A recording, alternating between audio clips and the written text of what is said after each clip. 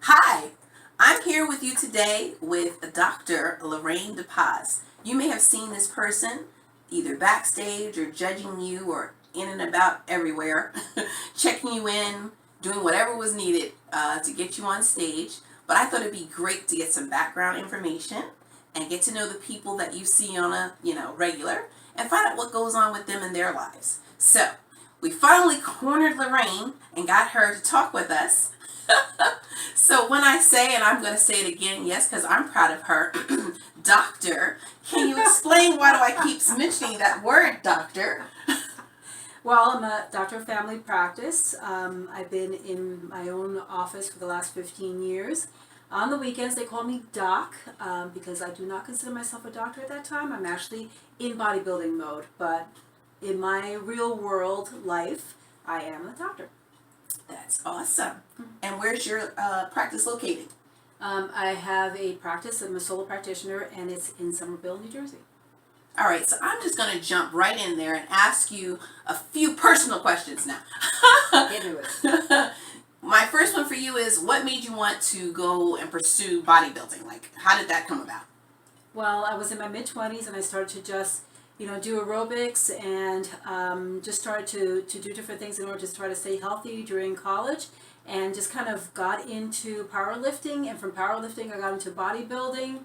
Really loved the whole transformation of the body during bodybuilding. I love the community, and that's what started me out. That is awesome. And then you segued from just competing, not that that's just a but you went from competing and then promoting. How did you get into doing that? Well, at one of my shows, I met some wonderful people that were the promoters of the show, and they asked whether or not I wanted to test judge. I test judged. I liked judging. It was very difficult. You guys have no idea how difficult judging really is, and how hard we work in order to get the right solution, the right person up there as first, second, and third.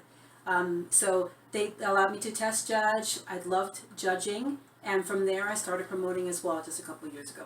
All right, and so you took so you went from competing to liking it as a sport, and then you're promoting it, you're judging, and what about their posing clinics? Well, I started doing posing clinics a couple of years ago. I really love it. This is a time when I really get a chance to work one-on-one, or maybe with a very small group of women, show them how to pose, to show themselves off the best way, show them how to just kind of loosen up on stage and really become themselves, become whatever character it is that they want to be. I love bringing that out in women. And I've seen the people that you've worked with, and I've seen you, of course, on stage. She's very shy and introverted. That's not true. That's not true at all. And I love when you're able to pull that out of other people and get them to also bring their best on stage, because it's not always sometimes even their physiques, but it's how they present themselves. So it's very important. So if they, if they're standing slumped or something like that, then it's not giving their best foot. So I love that you do that about it. Well, the wonderful thing about bodybuilding is that it is a lot to do with what it is that you do at the gym. But then it's that presentation that makes it really special. Being able to show the body in its best form is half the thing. I mean, it really is. It's incredibly important, and especially for women in certain divisions, like in bikini, where you want to portray a certain kind of person when you're up there. Just showing not only that you have this wonderful toned body, but you can present it well. That makes it the best. Look at that. So, Doc, tell me about this pandemic that we've gone through and all the different changes we've gone through. I mean, from January, February, March, just the months, every month something changes. How has that affected you, and what have you taken away from it? How did you have to change your office practices, things like that? Well, it's changed everything for everybody, I'm sure. In our practice, for a while there, we were closed for the past 2 months. We were just not seeing patients at all, and that was really difficult. Just talking to patients on the phone, because we were doing phone visits, and feeling all that anxiety and just people being just so anxious and not being able to touch them. I think that's the thing that I learned the most during this pandemic, is how much we need each other, how much we desire to be around other people. When it comes to me going to the gym, I mean, I'm really not very social at the gym, but I That's understandable. Yeah, but I just couldn't stand not being around other people. I'm sure people who are watching this video are having the exact same kind of feeling, Right. where they really need that gym community. When it comes to bodybuilding and bodybuilding shows and all that stuff that we did at bodybuilding shows, preparing for it, during it, afterwards, that's the thing I miss the most, because when I'm not being a doctor, being a doctor is a real passion of mine. My kids are my passion, but also the whole bodybuilding community is a passion for me. The whole things that I do on the weekends in order to make a show happen. And when that's gone, that was really difficult for me. All right. Well, I know things are opening back up, so we're definitely, gonna work towards moving towards that way to get things up and rolling. Before I talk more about the shows, though, you did mention your family and your sons. Please tell me about your sons. So I've got 2 boys. I've got one that just turned 19 and one that is 17 and a half. They're fantastic. I force them to spend time with me, and I love the time that I spend with them, the time that they allow me to spend with them. Okay. They're really fantastic. I know they're out there doing their own thing, but I know that one of the things you did was whitewater rafting. How was that? Oh, whitewater rafting is fantastic.